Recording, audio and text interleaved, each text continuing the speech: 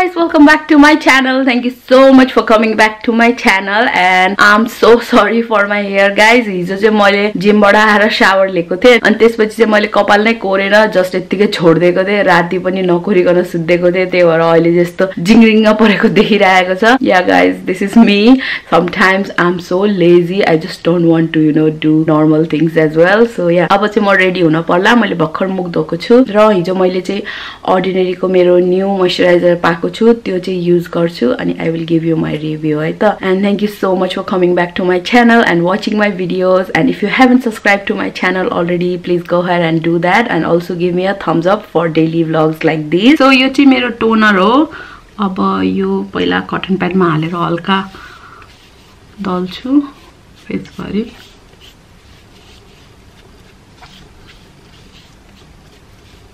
Let's go ahead and check this out. है त कस्तो छ यो. यसलाई चाहिँ the ordinary natural moisturising factor HA भन्दो रहेछ हैन. सरफेस हाइड्रेसन फर्मुला रे. It looks like this हैन. प्याकेजिङ चाहिँ यस्तो छ, ग्रे र व्हाइट कलरको, एकदम बेसिक छ, which I really like. पैसा पनि यसलाई कति पर्यो, 490 पर्यो. अनि यो चाहिँ मैले justmylook.co.uk भन्नेबाट लिएको हो. फ्री डेलिभरीमा आउँछ. लेट्स ट्राई दिस है. लिएको छु मैले. मोइस्चराइजर भन्दा चाहिँ अलि बेग्लै खालके टेक्सचर छ यसको. लिक्विडी टेक्सचर चाहिँ कति पनि छैन. वेल बटर जस्तो टेक्सचर छ to be honest.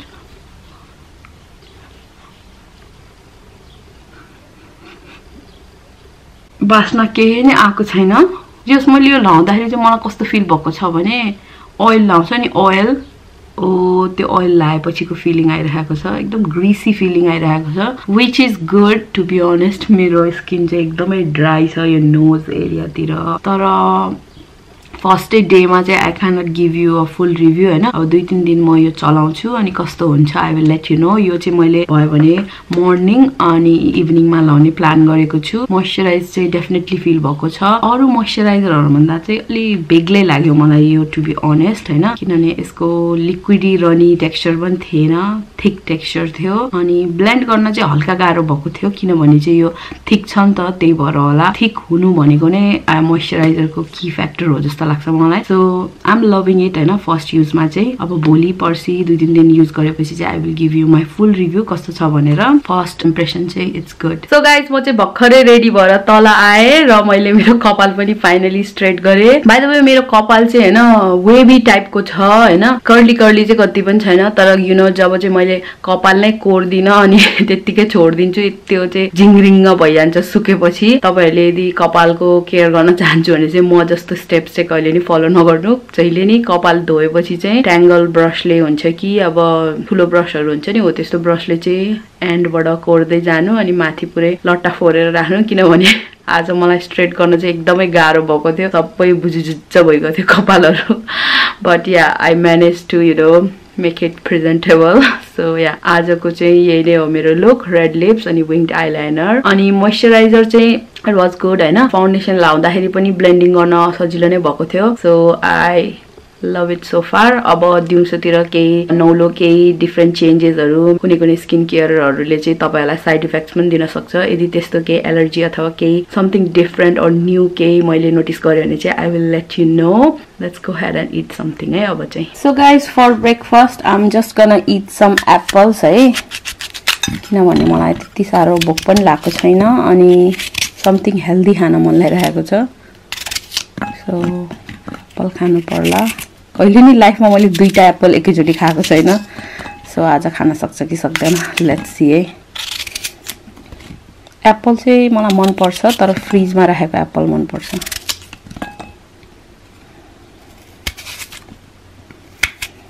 So I'm gonna cut this and खान्छु. यो एप्पल त कस्तो बिग्रेको रहेछ.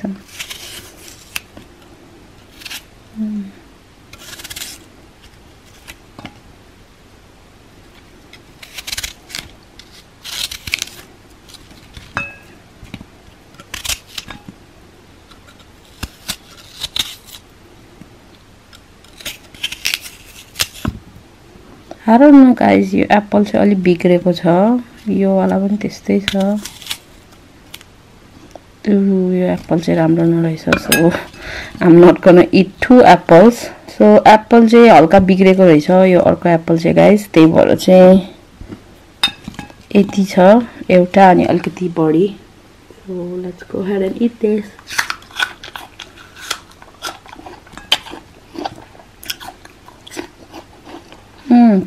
मिठो छ एप्पल गुलियो खानु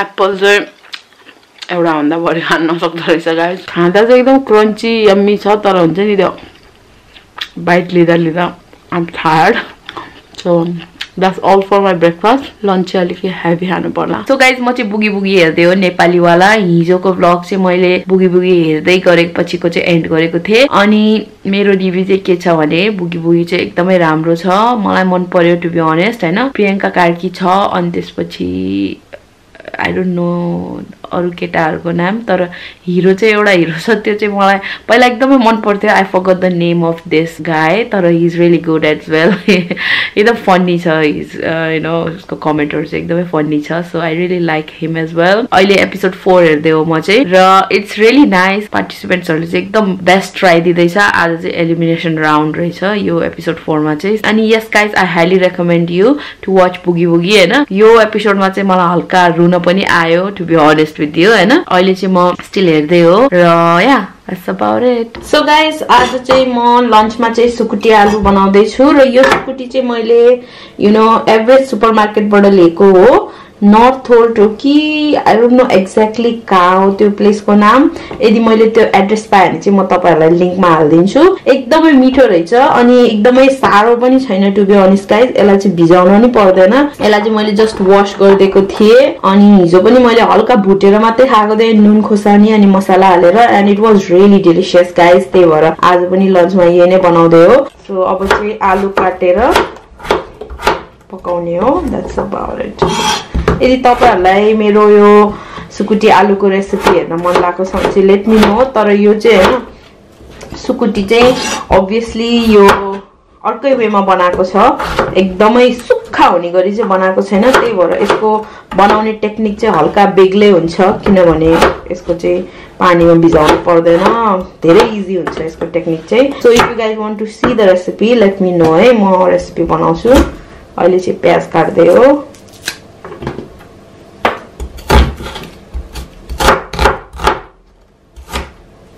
सो मेरो चपिङ चाहिँ सबै भइसकेको छ अब चाहिँ म पकाउँछु अनि कस्तो भयो लास्टमा तपाईहरुलाई देखाउँछु है मेरो सुकुटी र आलु चाहिँ पाक्दै छ यम्मी देखिरहेको छ as you guys can see yummy भयो छ गाइस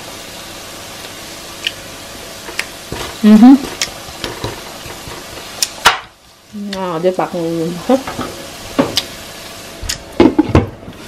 So guys, मेरो सुकुटी र आलु चाहिँ तयार छ check this out पिरो पिरो भएको छ अनि I'm really excited to eat this with my भात by the way मेरो भात पनि मैले तताइसकेको छु यो चाहिँ स्वीट कर्न राइस हो हिजोको लेफ्ट ओभर राइस अनि सलादमा चाहिँ मैले क्यारोट टमेटो अनि रेड अनियन अनि हल्का गार्लिक पनि खाँदै छु मेरो मुखमा पानी आइसकेको छ गाइस I can't wait मलाई यहाँ हालम है त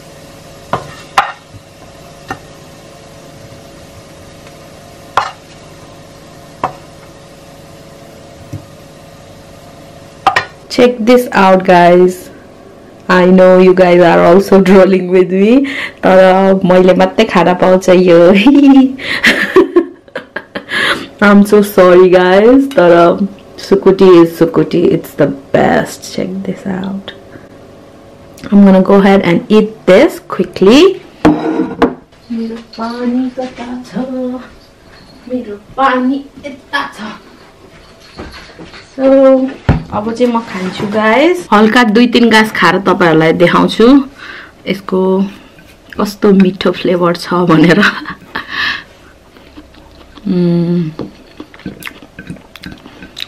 It's the best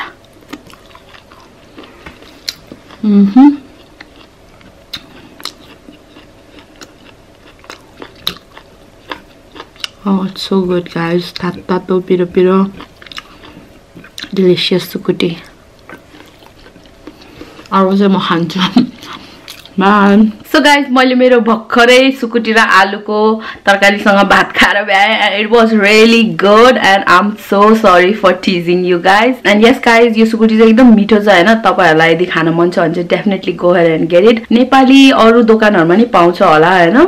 त्यही शपमा जानुपर्छ भन्ने छैन. So yeah. So guys, update time about my ordinary moisturizer हैन. यो moisturizer चाहिँ एकदमै राम्रो लाग्यो मलाई. अहिले चाहिँ 248 भइसकेको छ. You guys can't see, तर दिनभरिमा चाहिँ मैले एकचोटी मात्रै टच अप गरे अनि मेरो अब भोलि बिहान उठेर हेर्दाखेरि नोज तिर चाहिँ लाइक ड्राई छैन भने चाहिँ I will let you no हैन. छ भने पनि I will let you no. यो नोज एरिया तिर चाहिँ मेरो जहिले पनि ड्राई हुन्छ. त्यही हो मेरो प्रब्लम एरिया चाहिँ. र यो मेरो प्रब्लम चाहिँ यो मोइस्चराइजरले चाहिँ क्लियर गर्छ भने चाहिँ I would highly recommend you guys हैन. लाइक 60% जस्तो चाहिँ मलाई मन परिसकेको छ किनभने मान्छेहरुले एकदम राम्रो रिभ्यु दिएको थियो यसको बारेमा हैन. तर oily skin ले चाहिँ नलगाउनु यो मोइस्चराइजर भनेको थियो. मेरो चाहिँ लाइक कम्बिनेसन स्किन हो to be honest with you. Nose area अनि यो माउथ एरियाको वरिपरि चाहिँ ड्राई हुन्छ.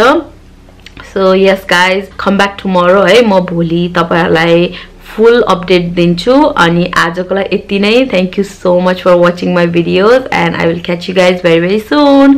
बाय.